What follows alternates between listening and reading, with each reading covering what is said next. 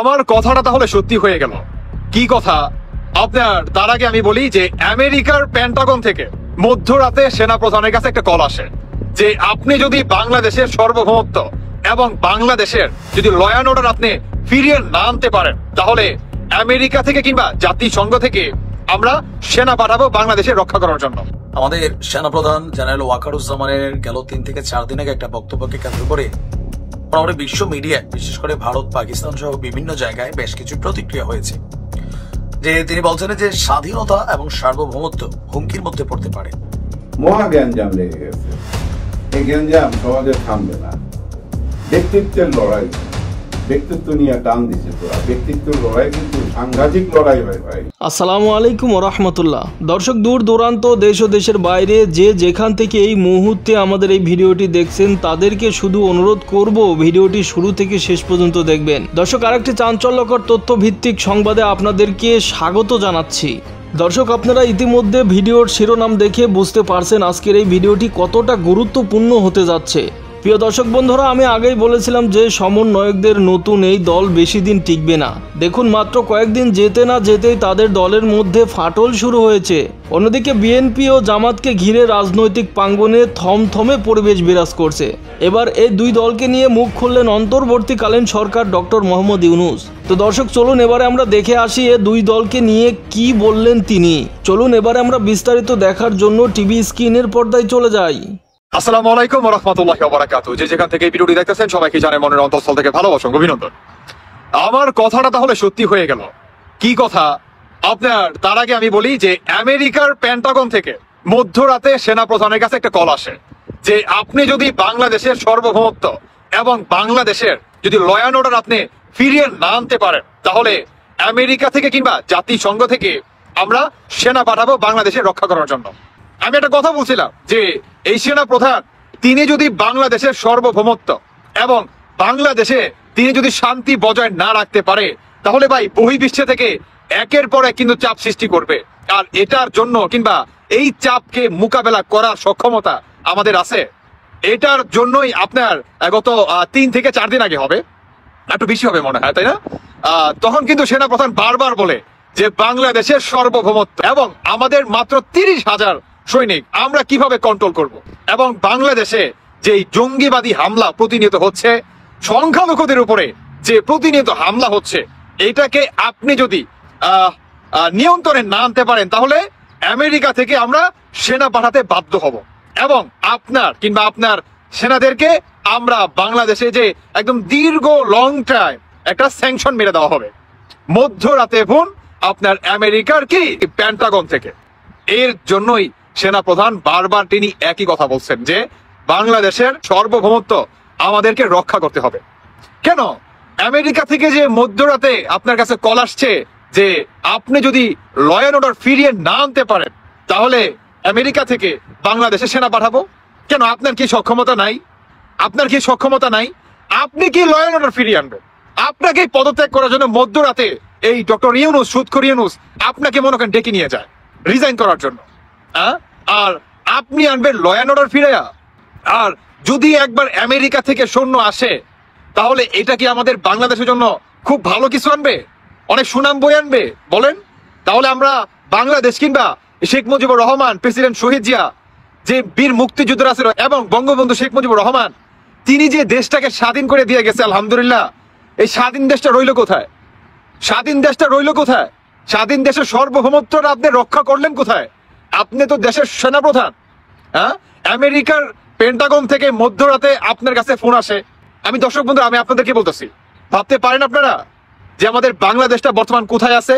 এই জামাতি, হিজবুত তাহরিরি কিংবা এই যে বাজার আছে জঙ্গিবাদী দলরা, ভাবতে পারে যে এদের জন্য আমাদের দেশটা কোথায় যাচ্ছে? এরা খালি বলতেছে যে ইসলাম ইসলাম। আরে ভাই, ইসলাম ধর্ম মানে কি বলেন? হিংসা বিদ্বেষ বাদ দিয়ে সুন্দর একটা রাষ্ট্র কি পরিচালনা করা। তাহলে আপনারা কি হিংসা করতেছেন না? আপনারা কি একের পর এক বাংলাদেশে দখলবাজিটা, মব জাস্টিস, গণহত্যা চালাচ্ছেন না? চালাচ্ছেন কিনা? তাহলে কি আপনারা ইসলামটাকে ওই যে গাড়ির জীবনে একটা নাম্বার প্লেট থাকে, ঠিক তেমন ভাবে আপনাদের গলায় আপনারা ইসলাম এই নাম্বার প্লেটটি লাগিয়ে, আর আপনাদের কি বলে এই পিঠ পিছনে হচ্ছে জঙ্গি। একটা দেশকে চালাতে হলে সমস্ত দেশের সাথে আপনার বন্ধুত্বপূর্ণ সম্পর্ক বজায় রেখে, বা বাংলাদেশে কিংবা যে দেশেরই হোক সেই দেশের জনগণদের দিকে তাকিয়ে, সেই দেশের উন্নয়ন এবং ভালো মন্দের দিকে তাকিয়ে হলেও সমস্ত দেশের কথা মেনে বা বন্ধুত্বপূর্ণ সম্পর্ক রেখে বজায় রেখে আমাদের চলতে হবে। সালাম আলাইকুম। আমাদের সেনাপ্রধান জেনারেল ওয়াকারুজ্জামানের গেল 3 থেকে 4 দিন আগে একটা বক্তব্যকে কেন্দ্র করে আমাদের বিশ্ব মিডিয়ায়, বিশেষ করে ভারত, পাকিস্তান সহ বিভিন্ন জায়গায় বেশ কিছু প্রতিক্রিয়া হয়েছে। যে তিনি বলছেন যে স্বাধীনতা এবং সার্বভৌমত্ব হুমকির মধ্যে পড়তে পারে। আমি আপনাদেরকে সতর্ক করে দিচ্ছি, পরে বললেন না যে আমি সতর্ক করি নাই। ইভেন রাজনীতিবিদদেরকে একে অন্যের প্রতি কাদা ছোড়াছুড়ি, পাশাপাশি সরকারকেও আগামী ডিসেম্বরে নির্বাচন সহ বিভিন্ন ইস্যুতে সেনাপ্রধানের সে ভাইরাল বক্তব্যকে কেন্দ্র করে, তো সেনাপ্রধানের বক্তব্যটা মোটামুটি সবার কাছেই গ্রহণযোগ্য ছিল। বাংলাদেশের মানুষ অস্থিতিশীলতা পছন্দ করছে না, রাজনৈতিক দলগুলোর কাদা ছোড়াছুড়ি পছন্দ করছে না। সবাই চাচ্ছে একটা সুষ্ঠু নির্বাচনের মাধ্যমে দেশ তার নিজ গন্তব্যে যাক, সবাই শান্তিতে বসবাস করুক। বিবিসি বাংলার একটা সাক্ষাৎকার ছিল আমাদের ডক্টর মোহাম্মদ ইউনূসের সাথে। সেখানে সেনাপ্রধানের এই বক্তব্যের বিষয়ে আপনার ডক্টর ইউনূসকে প্রশ্ন করা হয় যে তিনি আসলে কিভাবে নিচ্ছেন সেনাপ্রধানের এই বক্তব্যকে। তো বিবিসি বাংলাকে দেওয়া সাক্ষাৎকারে আপনার প্রধান উপদেষ্টা বলছেন, সেনাপ্রধান চাইলে নিজের মতামত প্রকাশ করতে পারেন, সেক্ষেত্রে সরকারের সমর্থন করা বা না করার বিষয় নয়। তবে হ্যাঁ, ঐক্য নষ্ট হলে স্বাধীনতা এবং সার্বভৌমত্ব বিপন্ন হবে।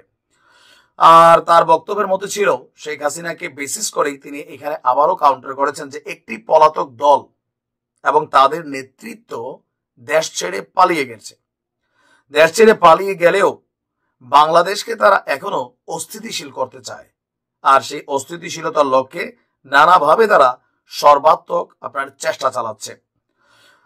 সেনাপ্রধানের বক্তব্যের পর ডক্টর মোহাম্মদ ইউনূস বলছেন যে দেশ বিপন্ন হওয়ার আশঙ্কা সবসময় ছিল, এখনো আছে এবং ভবিষ্যতেও থাকবে। মহা গ্যাঞ্জাম লেগে গেছে।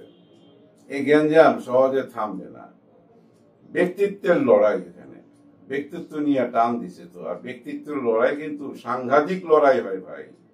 ওই যে টাকা পয়সা, বাড়ি গাড়ি, জায়গা সম্পত্তির লড়াই যেমন হয় সেটা না, কিন্তু ব্যক্তিত্বের লড়াই ভয়াবহ। এই ব্যক্তিত্বের লড়াই শুরু হয়েছে। এখানে ঘটনা ঘটছে দুইটা। আচ্ছা, কোনটা নিয়ে আগে আলোচনা করি? পিনাকিদারটা পরে আলোচনা করি। আগে আলোচনা করি জিল্লুর রহমান সাহেব, তৃতীয় মাত্রার জিল্লুর রহমান সাহেব নিজেও একটা ব্যক্তিগত চ্যানেল চালান, ওনার কথাবার্তা বলেন।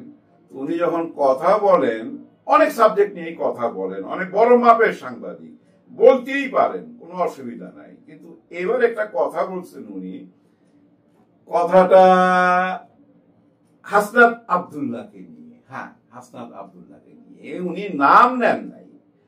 কথাটা এমন, ওনার ওই কন্টেন্টটা দেখলে আপনারা বুঝবেন নাম না নিলেও যে এটা হাসনাত আব্দুল্লাহকেই বলা হচ্ছে। কারণ উনি বলছে সমন্বয়কদের, এই বিপ্লবের সাথে যারা জড়িত ছিল, প্রথম সারির একজন কোন একটি হাসপাতালে টেলিফোন কইরা হামকি দামকি দেওয়া হয়েছে। ওইখান থেকে একটা লাশ বের করার জন্য ধমকি দেওয়া হয়েছে। 2,20,000 বা 25,000 টাকা ওইখানকার বিল হয়েছে।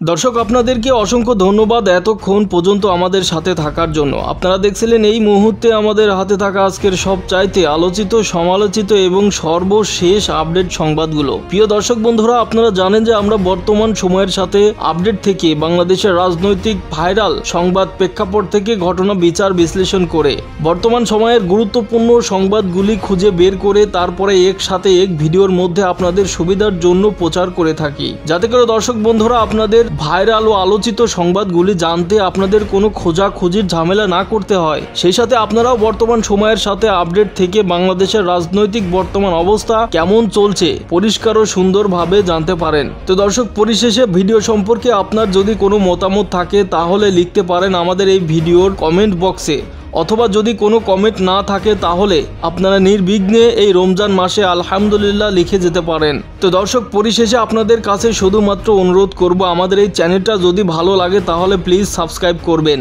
সেই সাথে পরবর্তী আলোচিত আপডেট সংবাদ দেখার আমন্ত্রণ জানিয়ে আজকের মতো এখানে বিদায় নিচ্ছি।